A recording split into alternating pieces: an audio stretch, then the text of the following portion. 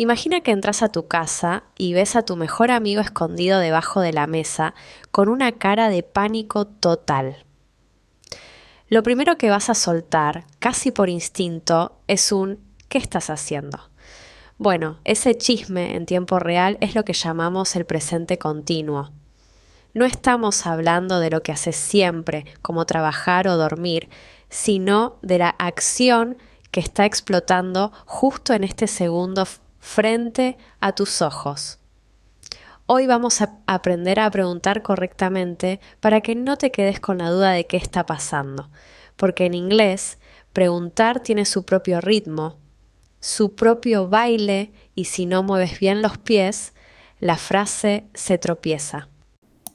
Para que una pregunta en presente continuo funcione, tenemos que hacer un pequeño cambalache o intercambio.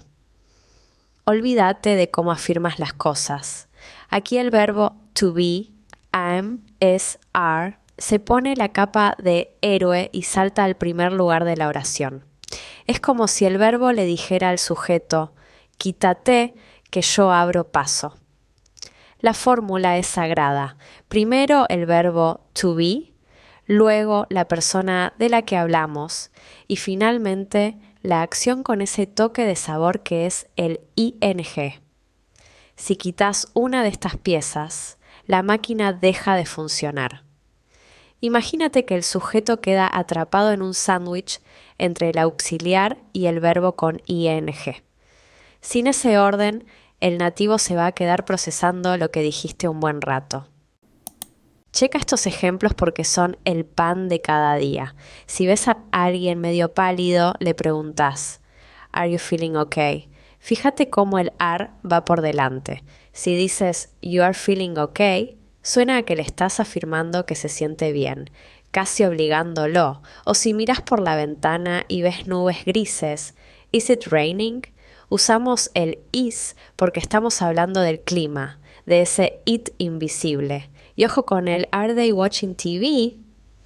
Aquí el truco mental es recordar que estamos confirmando una sospecha. Son preguntas de sí o no, cortas y directas al punto, perfectas para romper el hielo o para confirmar si tus hijos están haciendo la tarea o viendo Netflix.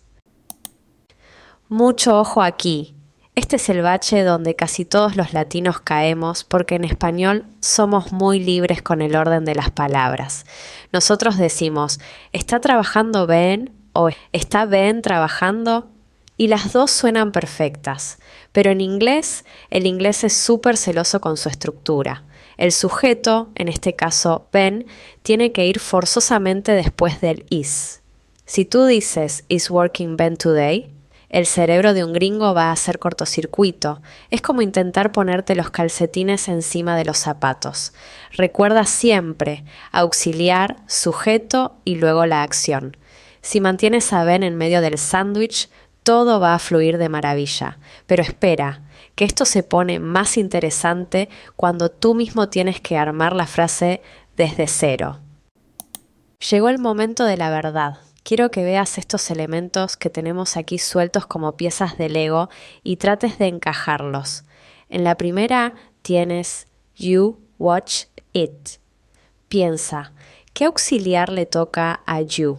¿Y dónde lo pongo? En la segunda tenemos is coming the bus. Cuidado, aquí ya te di una pista, pero el orden está todo revuelto. No te apresures. Visualiza la fórmula que acabamos de ver. El verbo to be tiene que ser el portero que abre la puerta de la pregunta. Tómate un segundo, piénsalo, ¿ya lo tienes? ¡Boom! Aquí tienes los resultados.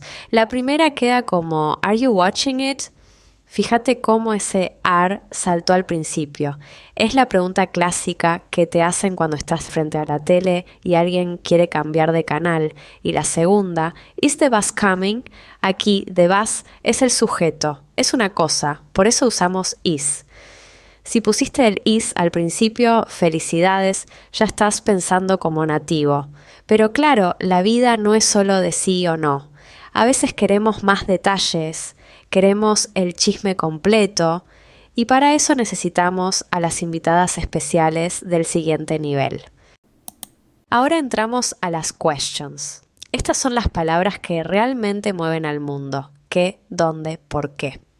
Imagínate que ves a alguien mirando un mapa con cara de perdido o revisando su reloj cada 5 segundos. Ya no te basta con saber si está esperando a alguien, quieres saber a quién espera o por qué tiene tanta prisa. Aquí es donde el presente continuo se vuelve una herramienta de investigación nivel detective. Vamos a ver cómo estas palabras se roban el show sin arruinar la estructura que ya aprendimos. La regla de oro para estas preguntas es: la palabra informativa, what, where, why, how, siempre va al purito principio. Es como la VIP de la oración. Pero, y aquí está el gran secreto, todo lo que aprendimos antes sobre invertir el orden se queda exactamente igual. No porque llegue where, el ar va a ir al final. No, señor. El orden es palabra, verbo be, sujeto, verbo ing. Es un desfile de palabras donde cada una tiene su puesto asignado y no se pueden andar saltando la fila. Si mantienes este orden, vas a sonar fluido y profesional. Vamos a ponerle contexto real a esto. Imagínate que estamos a 30 grados centígrados, hace un calor infernal y ves a tu amigo con una chamarra de nieve. Obvio le vas a preguntar, "Why are you wearing a coat?" Why, ¿por qué? Are, verbo be, you, sujeto. Wearing, la acción de traer puesto. O si llegas a casa y hay un silencio sospechoso, preguntas, "What are the children doing?" El what nos da la clave de que buscamos una actividad. Estas preguntas son las que usamos para entender las razones detrás de lo que vemos, y saber usarlas te da un poder de conversación increíble. Fíjate bien en este error porque es súper común cuando el sujeto es largo. Si quieres preguntar, ¿a dónde va esa gente? Muchos estudiantes dicen, "Where are going those people?" Error. Aunque en español suene bien, en inglés, those people, esa gente, es el sujeto y tiene que estar pegadito al auxiliar are. Lo correcto es, "Where are those people going?"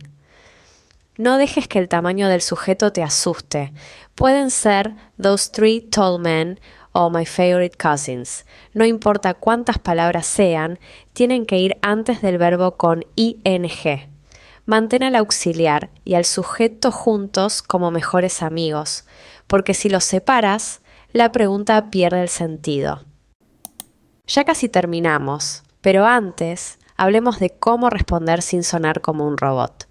En inglés somos un poquito flojos pero educados. Si alguien te pregunta, "Are you watching TV?", no necesitas decir, "No, I'm not watching TV". Es demasiado largo. ¡Qué flojera! Usamos las respuestas cortas, pero ojo, no puedes decir solo yes o no, porque suena un poco rudo, como si estuvieras de malas. Tienes que añadirle un rabito a la respuesta usando el verbo to be. Intenta completar estas dos que ves en pantalla siguiendo esa lógica. ¿Cómo responderías de forma natural? Aquí lo tienes. Para "Are you watching TV?", la respuesta es "No, I'm not". Usamos la contracción porque es lo más natural del mundo al hablar. Y para "Is it raining?", la respuesta es "Yes, it is". Nota un detalle curioso. En las respuestas cortas afirmativas, como "Yes, it is", nunca usamos contracciones. No puedes decir "Yes, it's", porque suena como si la frase se hubiera quedado a medias. Siempre "Yes, it is" o "Yes, I am". Ahora que ya dominás las preguntas y las respuestas, estás listo para interrogar al mundo entero en inglés. Pero cuidado, no vayas a preguntar demasiados chismes.